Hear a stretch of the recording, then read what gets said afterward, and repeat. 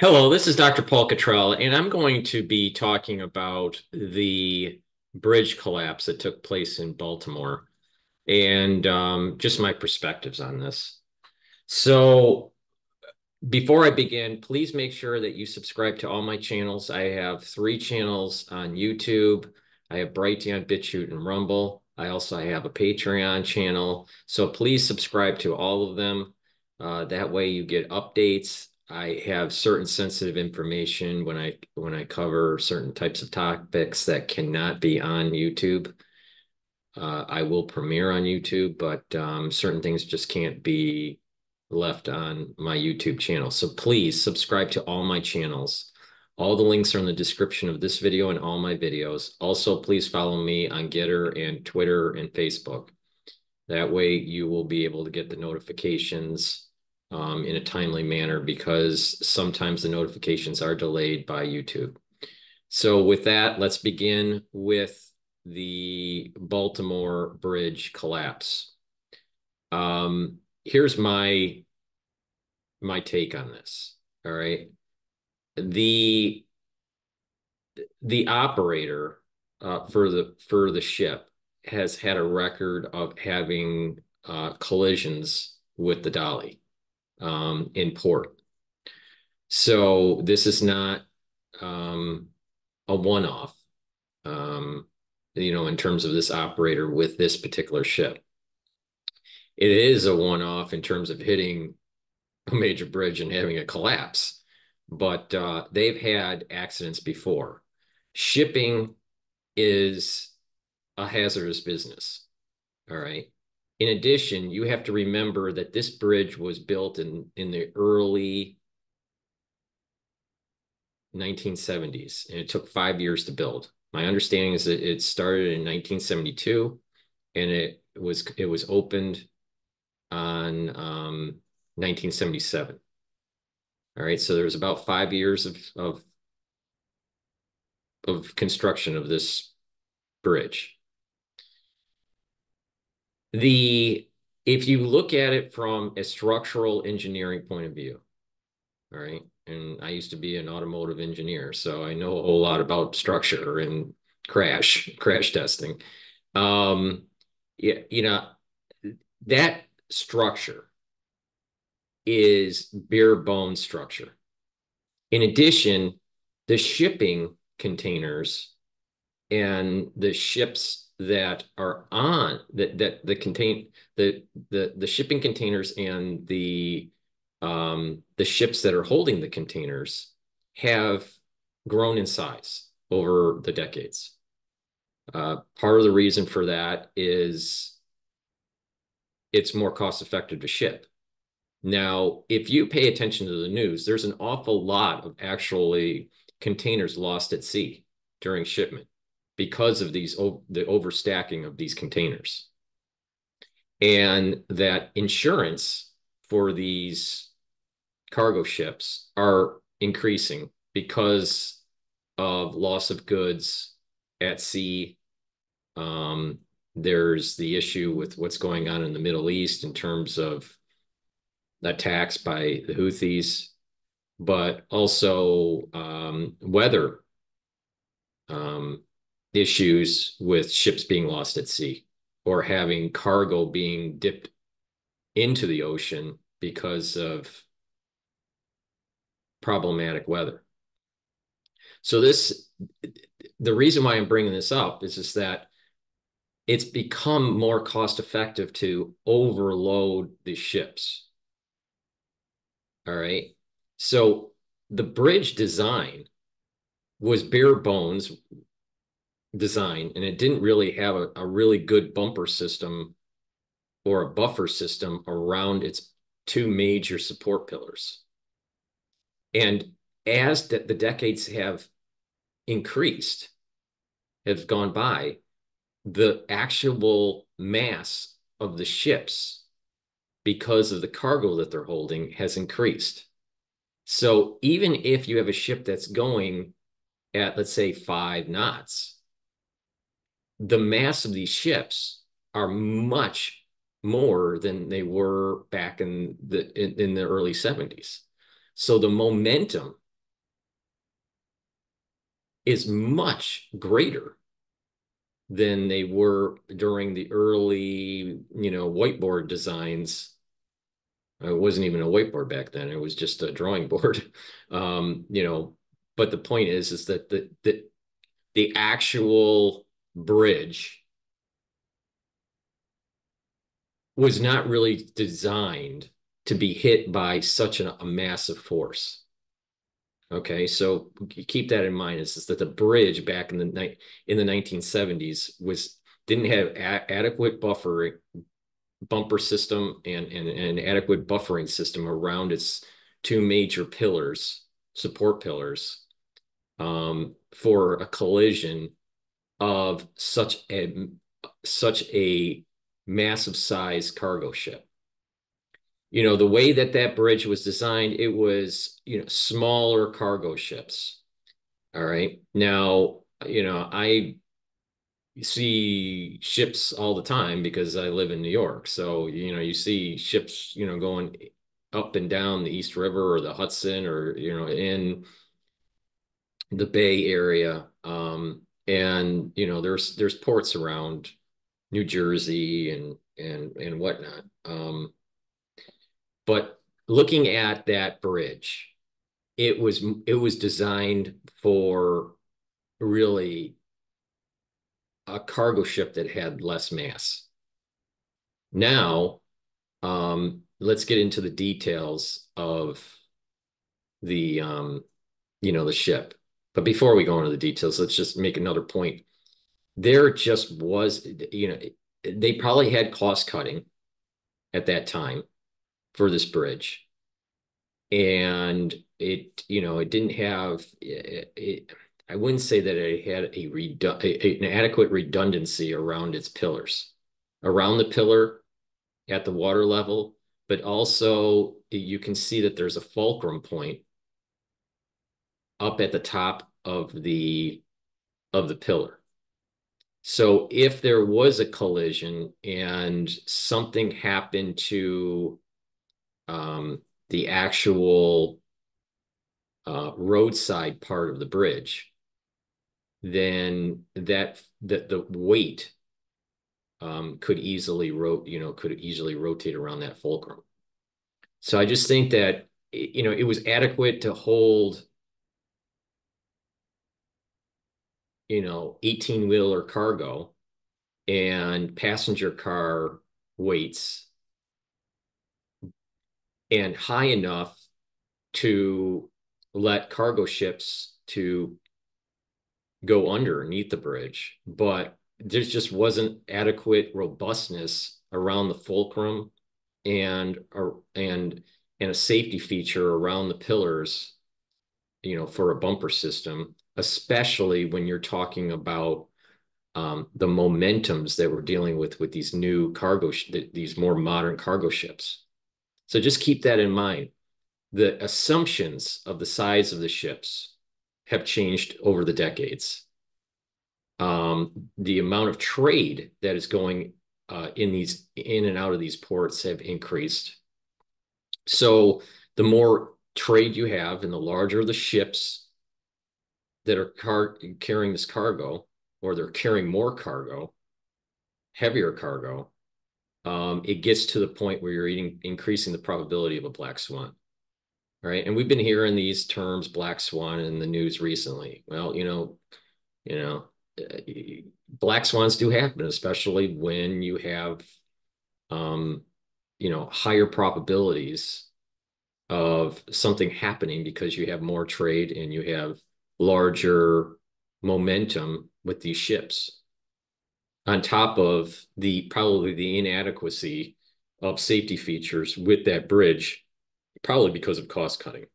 If you look at bridges that were being designed in the 70s, maybe even in the 80s, it was more stripped down, comparing it to, let's say, the robustness of the pillar system on the Brooklyn Bridge, which was designed in the late 1800s.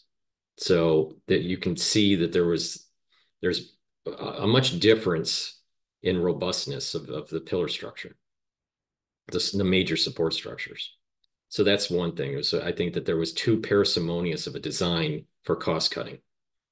And then you add into the probability of a potential accident happening because of the larger mass ships, holding their cargo and the increased trade with the ports. So this sort of thing is going to happen. Now, the reports are, now let's get to the details of the reports. The reports are is that they lost power to the ability to steer. Now, there's a current that's going down these rivers. All right. Even when you have a large ship, these currents are pretty powerful. And so there's a lot of people that are putting in their 2 cents, and they probably never steered even a little dinghy. So most people have not steered a large ship, right? But the point here is that there's this momentum of the ship, the loss of the steering, and the current. All right. These are all very, very large forces. This current and the momentum of the ship are very large forces, forces that I don't think most people have their mind wrapped around, because they don't deal with these kinds of forces on a daily basis.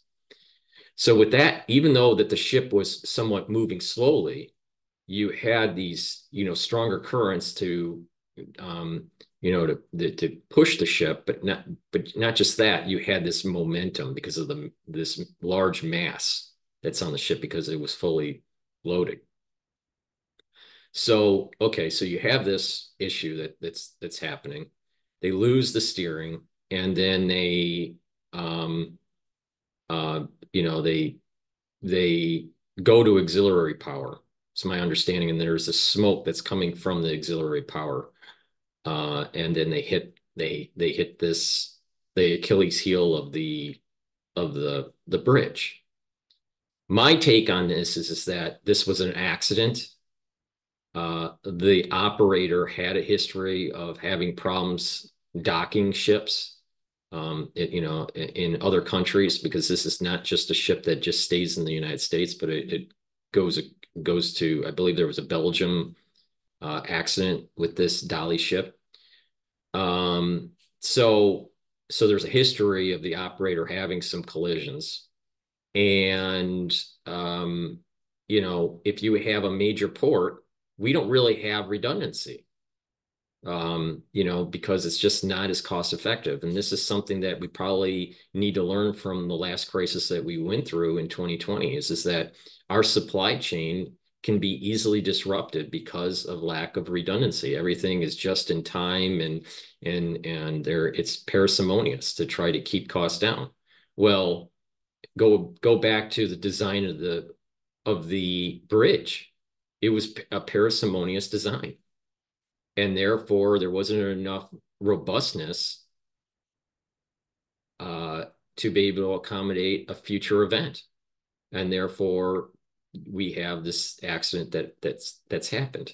So I think a big lesson learned here is that you can have a black swan event that happens that is not nefarious, that happens just through randomness, uh, and and unfortunately people died from it. But the lesson learned is to build redundancy in our supply chain and to be more robust with our infrastructure. You look at old bridges versus the bridges that we are designing today, and they're not as robust. You look at the buildings that are being built up in Manhattan that are skyscrapers. They don't have the same robustness as, let's say, um, the Rockefeller Center, or the let's say the Chrysler building. You know, so they're cheaper to make, they're faster to make, for today's architecture, but it's not as robust. The mason work is not there. It's all steel and glass, and maybe there's a better energy coefficient. I'm not sure. I'd have to think about that for a little while. There's probably ways to make it more efficient compared to the older style, but I think that it's just to bring down cost and to increase the speed of building, of raising the building up. But that's one big lesson learned is that we need some sort of redundancy and more robustness in the structures we build and in the systems, these supply chain management systems that we have developed across the world. I think that's a big lesson learned here. So, I see this as not some sort of nefarious thing that took place, but just, we literally have 5 decades difference between the design of that bridge and, modern commerce. And we have an age, and on top of it, we also have an aging infrastructure in the United States because of poor funding and planning for the future. These are more important to really focus on than some sort of conspiracy theory on that it was some sort of it was done on purpose. It's an important port, and important ports have a lot of activity. Well, if you have a lot of activity, you probably are going to have a higher probability of an incident. So that would help explain that. Now, these sorts of things happen, especially when there's not redundancy. And I think if someone took and analyzed the actual currents of that river, you'll kind of realize that when you're getting underneath those bridges, that there's a turbulence that kind of sucks. There's a turbulence, and I think that it kind of sucks things towards the pillar. And I think that's part of the reason why there was this hard pull to it. You kind of see it when you look under bridges, like in the East River or even on the Hudson, where you look by the pillars and you can see this turbulence that's taking place just underneath the bridge. So, people need to understand that as the water is cutting through those pillars that are underneath the water, it's causing kind of like a riptide effect, which I have not heard anybody talk about. So, keep that in mind. But this event, even though probably it wasn't done on purpose. I can't prove that, but nobody can prove that it was done on purpose. So I just, you mean revert to what can you prove? And it just seems more rational that this was by accident. But an accident could cause problems. All right. Obviously, it caused problems for the construction workers that were on the bridge, and and they have died from this incident. It's problematic for the commuters, so they have to change their route. It's problematic for the trucks that go over that are shipping goods, and so now they have to reroute their normal route, and those goods are probably going to be more expensive and probably they're at least in the short term be delayed. Now, the long term, well, even in the short term here, to medium term, it's going to take some time to get the steel and some of the cargo out of the river. All right. Now, that they can do it because they have cranes that can be attached to barges, right? And they can lift this stuff up. So this is not like, something that is super problematic, but it'll take a little bit of time. I suspect that this will take less than 1 month to clean up if they really go 24/7 on this. Um, but if they drag their feet, then it may be a couple months. But this is something that shipping way should be clear within 4 weeks. Um, and then you have goods and services going to port again.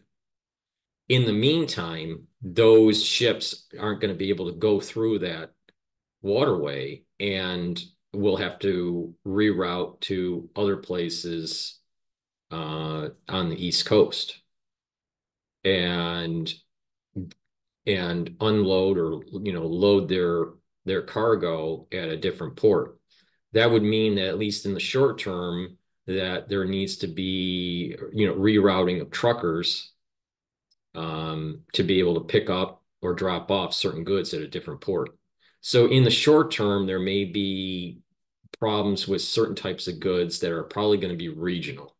I don't think this is going to be a problem that's going to be all across the United States because we have lots of different ports, and this is probably more of a regional issue, you know, um, East Coast regional issue. And I don't think that this is going to be super problematic because once you get the steel out of the way and the dumped cargo boxes out of the way, then the ships can come back in and do their normal docking. The problem is the commuters and the trucks will be rerouted for the next 5 years, maybe 3 years, depending on how fast they can rebuild the bridge. Some people say 5, some people say that it's a lot quicker to make a bridge like that now and make it more robust, and you probably can do it in 3 years.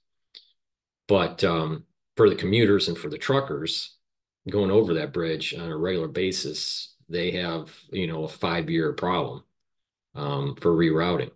But the system will adapt, right? And there's just a disruption in the short term. If you look at the human body for a moment here, and sometimes you can have blockage in blood flow, and then you have a rerouting of blood that so you have some sort of shunting that takes place, and the human body at times, not always, but at times can reroute the blood. All right. And there is in certain areas of tissues, there's angiogenesis. There's this, new blood flow, new vascular system that starts to develop because of the pressures are increased, and there's a signaling effect that over time will allow for angiogenesis. This is something similar, where you have an occlusion in the supply chain. You have an occlusion in the shipping lanes, and you're seeing a complex system, a social system, adapting and doing doing almost like a neo-angiogenesis.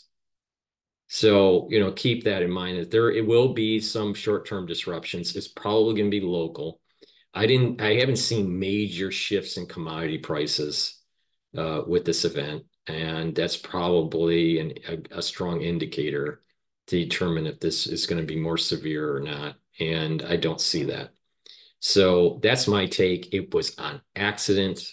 There wasn't some sort of nefarious actor on the boat or some sort of hacking or anything like that. I don't believe that for a second. There is no evidence of that. And people need to, just spend some time underneath watch a bridge, especially where there is some serious current that's going on and a lot of activity going up and down the river system. And then you'll start to realize that there are riptides that are underneath that are by these bridge pillars. And if you have a boat that has lost steering, you could easily understand on how this thing could have been circled into the pillar. um, uh, pretty quickly because the force of water is extremely powerful. And I think humans don't fully understand how powerful the force of water is, um, unless you've been actually through a hurricane or through typhoon or have seen a tsunami or something like that. The power of water is very, very strong. Um, and the understanding that a boat that has a lot of mass, even going slow, is going to have a lot of momentum. And that bridge was not designed to be hit, have a direct hit on the pillar with that much mass. So that's my take on it. But there is going to be the realization that our infrastructure is aging and our infrastructure doesn't have the redundancy that it should have and the robustness that it should have.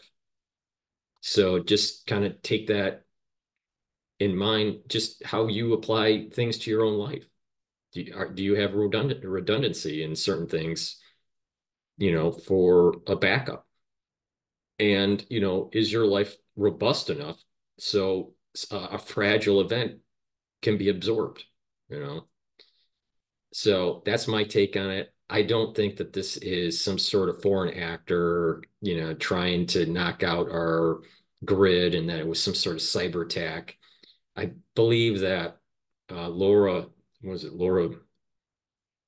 Laura, I can't remember her first name or her last name. She was on Bannon's show.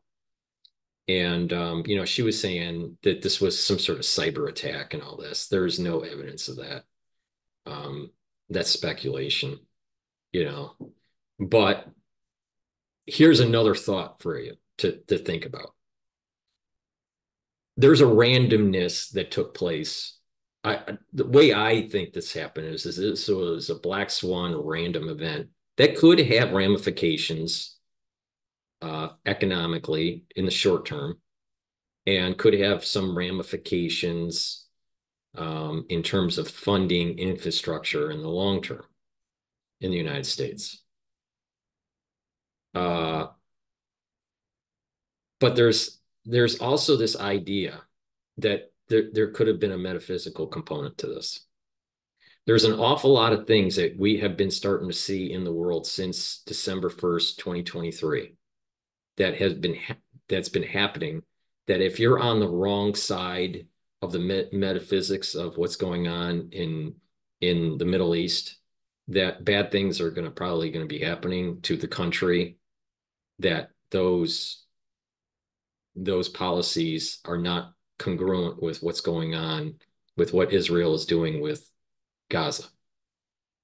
And that there is this curse that I've been talking about, that if you're not on the right side of the metaphysics, you're going to get a curse. And if you are on the right side, you'll get a blessing. And that with the bridge being the Francis Scott Key's bridge, and that it was about 47 years old, just a little bit more than 47 years by about 3 days or so.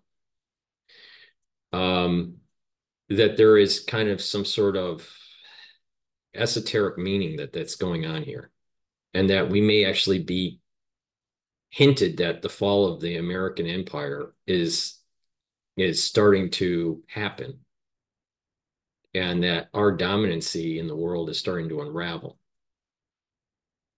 because of some of the metaphysical policies that we've been doing domestically and internationally.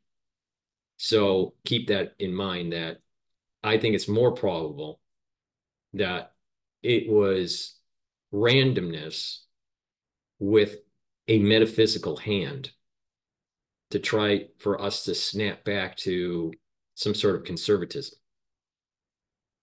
versus some sort of cyber attack that happened that can't be, that doesn't, there's no evidence of that.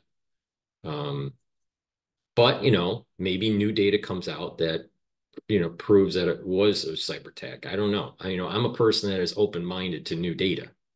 But usually, when I look at something of this complexity, I'm usually right. Um, Now, my point here is you can see these events starting to play out since October 7th of 2023, where societies are being cursed and societies are being blessed. And it probably behooves us to be more conservative and stop being so woke and stop being so ultra liberal in this country, or we are going to lose our nation. With that, that's my take on what happened on the bridge. And, um, some people, have shown some sort of flares or some sort of lights, lights, uh, kind of like an explosive light that was taking place as the bridge was starting to fall. It looks to me from those pictures or that video that it's the snapping of the electrical cables. You got to remember these cables that are up there, they are extremely thick, and there's going to be a major electrical arc when they snap. So, if you don't believe me, go take a look at a bridge, that is, somewhat of robustness, and, just look at the architecture of it, the support structure, and the electrical system on it, and you'll understand and know what I'm talking about. So, with that said, please make sure that you go to my store, the-studio-reykjavik.com, and get the supplements that I offer. I have a lot of different supplements that will help to boost up your immune system. I have structural nanosilver liquids and gels that will help to neutralize pathogens and boost up your immune system. I have the C60 and avocado and coconut oil in 2-ounce, 4-ounce, and an 8-ounce configuration.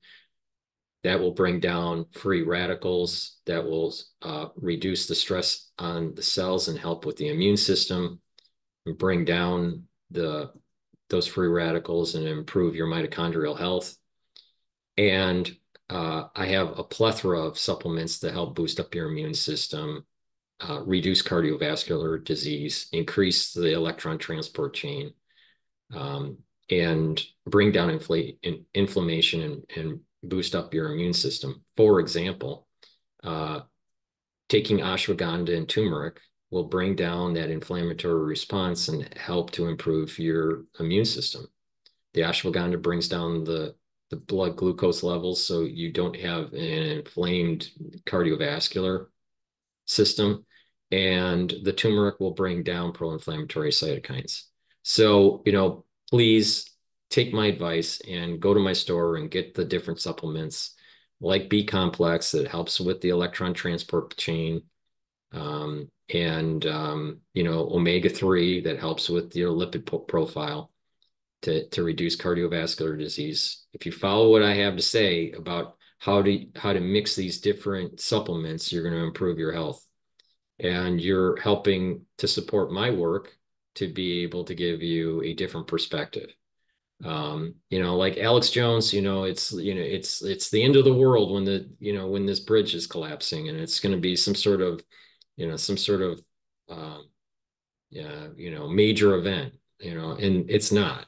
This is actually an accident. What is the major event, Alex, is that the American public are too ultra liberal, and that we're going to lose our country because there is going to be a curse on the country because we are losing the foundations of what made this country great, and that is self-determination and the rule of the rule of law through the Constitution.